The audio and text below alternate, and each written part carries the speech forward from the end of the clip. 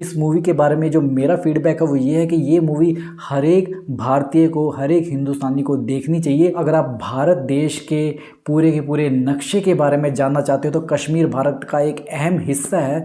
उस नक्शे को जानने से पहले आपको धारा 370 भी जानने को मिलेगी। और हाँ, एक चीज़ और मैं बताना चाहता हूँ, जब ये मूवी स्टार्ट होती है तो अजय देवगन की आवाज़ में धारा 370 की हर चीज़ को एक्सप्लेन किया गया है।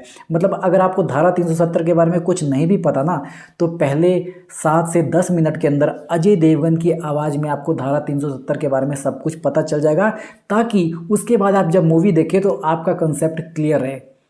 तो यहाँ पर जो मूवी के डायरेक्टर हैं उनको मैं इस चीज़ के लिए बहुत ही ज़्यादा धन्यवाद देना चाहता हूँ, क्योंकि अगर आर्टिकल 370 कोई मूवी देखने के लिए जा रहा है और उसको पता नहीं कि आर्टिकल 370 के अंदर क्या क्या क्लाउजेज हैं, तो वो थोड़ा सा कंफ्यूज हो सकता है। तो डायरेक्टर ने इस चीज़ का ध्यान रखा और उन्होंने सारी चीज़ पहले डिटेलिंग में कि कब कब कहाँ पर क्या क्या अमेंडमेंट हुए, कहाँ पर क्या क्या रिजोल्यूशन पास हुआ है, वो सारी चीज़ें उन्होंने शुरू में बताई है। तो इसको ओवरऑल एक अंडरस्टैंडेबल तरीके से पेश करने में डायरेक्टर की बहुत शानदार भूमिका रही है। और मुझे लगता है इसी वजह से ऑडियंस इस मूवी से कनेक्टेड हो पा रही है और ये मूवी अच्छा खासा पैसा कमा रही है। पिछले 3 सालों से क्या हो रहा है, लगातार हर साल पहले 6 महीनों में कश्मीर के ऊपर एक मूवी निकलती है और वो सुपर हिट हो रही है। 2022 में सबसे पहले आई थी, मेरे ख्याल से 9 मार्च को रिलीज़ हुई थी, the Kashmir files, super duper hit गई थी। उसके बाद में 2023 में मई के महीने में आई थी द केरला स्टोरी, वो भी सुपर डुपर गई थी। मतलब एक तरह से ये दोनों मूवीज़ एपिक मूवीज़ थी। अब ये तीसरा साल है लगातार कि लोग कश्मीर के ऊपर मूवी देखने के लिए जा रहे हैं थिएटर में। ये अब जो यामी गौतम की आर्टिकल 370 आई है, ये मूवी भी हिट हो चुकी है। IMDb रेटिंग भी इस मूवी की 8.8 है। नाम से ही आपको पता चलता है कि ये मूवी जम्मू और कश्मीर में धारा 370 जो थी उसके ऊपर बेस्ड है। जब ये धारा 370 जम्मू में थी, जम्मू को एक स्पेशल स्टेटस का दर्जा मिला था, तो उस वक्त जम्मू के क्या हालात थे उसके बारे में इस मूवी के अंदर बताया गया है। और जब आर्टिकल 370 को इम्प्लीमेंट किया जा रहा था, तब हमारी सरकार को, मिलिट्री को क्या क्या डिफ़िकल्टीज़ हुई इसको इम्प्लीमेंट करने में और उन्होंने क्या क्या तैयारियां की, उसके ऊपर ये मूवी बेस्ड है। यामी गौतम का जो करेक्टर है इस मूवी में एक कोप का करेक्टर है, एक स्पेशल NIA के एजेंट का करेक्टर है। और यामी गौतम ने ये करेक्टर काफ़ी ज़्यादा इंटेंस तरीके से निभाया है। मतलब लोगों को ये पसंद आ रहा है, ठीक है, मुझे भी बहुत अच्छा लगा उनका करेक्टर। और इसमें पुलवामा अटैक का भी जिक्र है, बालाकोट का भी जिक्र है, पाकिस्तान का भी जिक्र है। मतलब डिफरेंट इंसिडेंट जो उस टाइम पर हुए थे उन सब का जिक्र है, और कैसे ये कड़ियाँ एक दूसरे से जुड़ती रही और कैसे सरकार को ये फैसला लेना पड़ा कि अब वक्त आ चुका है कि धारा 370 तो हटानी ही पड़ेगी।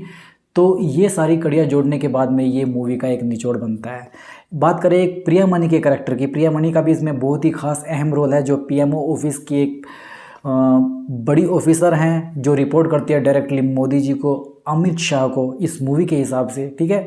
तो उनका भी रोल काफ़ी ज़्यादा अहम है, क्योंकि इस चीज़ में जितनी भी इम्प्लीमेंटेशन है जो ग्राउंड लेवल पर है वो यामी गौतम करती है, लेकिन उसकी स्ट्रेटजी वगैरह जो प्रिपरेशन होती है वो प्रिया मणि के द्वारा होती है। और इस मूवी का जो एक डायलॉग है वो काफ़ी शानदार है। मैंने तो उसका रियल क्लिप भी देखा है, जिस पॉलिटिशियन ने ये बात कही थी कि कश्मीर के जो हमारे मौजूदा वजीर आजम है, अगर 10 बार भी PM बन जाए तो भी धारा 370 नहीं हटा सकते।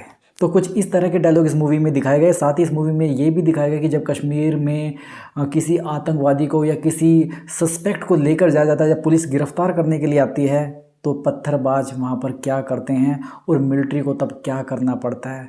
तो ऐसी बहुत सी चीज़ें हम सोचते हैं कि एक ला आ गया है, 370 जैसे धारा हटा दी है तो ये आसान हो गया है। उसकी जो प्रिपरेशन है हमारे दिमाग में सिर्फ उसका 1% ही चलता है कि हाँ सरकार ने ये निर्णय लिया है तो ये चीज़ हो रही है, लेकिन वाकई में इस चीज़ में हज़ारों लोग इन्वॉल्व होते हैं उस चीज़ को इम्प्लीमेंट करने में। और ये मूवी जब आप देखोगे ना तो आप पूरी तरह से इस मूवी की स्टोरी से बिल्कुल हमेशा कनेक्टेड रहोगे जब तक ये मूवी ख़त्म नहीं हो जाती। अब तक आप समझते थे कि कश्मीर की समस्या का सबसे बड़ा जो गुनहगार है वो पाकिस्तान है, ऐसा नहीं है। पाकिस्तान से फंडिंग होती है, लेकिन उसका जो फंडिंग का यूटिलाइज़ करते हैं, यूज़ करते हैं, उसको पत्थरबाजों तक बांटते हैं और इलीगल कामों में, एक्टिविटीज़ में जो उस पैसे को लगाया जाता है वो कश्मीर में जो टेररिस्ट होते हैं वो उस चीज़ को हवा दे रहे हैं, जो गलत नीयत के साथ में कश्मीर को भारत से अलग करना चाहते हैं। तो इस मूवी के थ्रू आपको ये सारी चीज़ें पता चलने वाली। तो इस मूवी को 10 में से 10 रेटिंग देना चाहता हूँ। जैसे कि मैंने क्रैक मूवी का रिव्यू किया था, उसमें मैंने आपको बताया था कि क्रैक मूवी हर किसी को पसंद नहीं आ सकती क्योंकि उसका एक जोन अलग है। लेकिन कश्मीर कह रहा हूँ मैं, लेकिन ये धारा 370 आर्टिकल 370 एक ऐसी मूवी है, जब आप देखने जाओगे तो ये हर किसी को पसंद आएगी। अब मैं आपसे जानना चाहता हूँ आपका इस मूवी को देखने के बारे में क्या विचार है, और अगर आपने ये मूवी देख ली है तो मुझे कमेंट बॉक्स में ज़रूर बताइए कि आपको ये मूवी कैसी लगी है। आज के लिए बस इतनी। अगर आपको ये वीडियो पसंद आए तो इस वीडियो को लाइक कीजिए। ऐसे ही और एंटरटेनमेंट के डोज के लिए चैनल को सब्सक्राइब कीजिए। आपसे जल्दी फिर मुलाकात होगी, तब तक स्वस्थ रहें, मस्त रहें और व्यस्त रहें।